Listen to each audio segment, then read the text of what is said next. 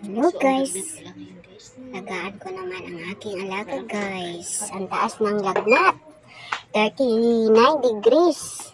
Pero ako guys, relax lang ko guys pag may sakit yung alaga ko kasi sanay na ako na mag-alaga ng may sakit. Simula pa nung dalaga ko guys, nagyaya na ako na ilang bata na yung inalagaan ko. Kaya sanay na ako guys, hindi na ako na yung natatakot pag may sakit yung mga alaga ko. Alam ko na ang gagawin ko.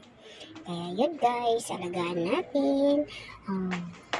May lagnat, huwag natin hayaan sila na tumaas ang init kasi delikado mag-conversion. Kaya habang mainit yung anak nyo, punasan nyo ng punasan ng medyo malamig ang tubig, towel at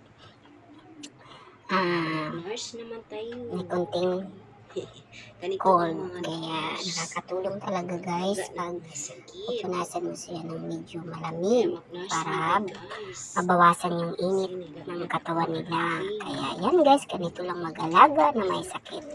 Thank you for watching.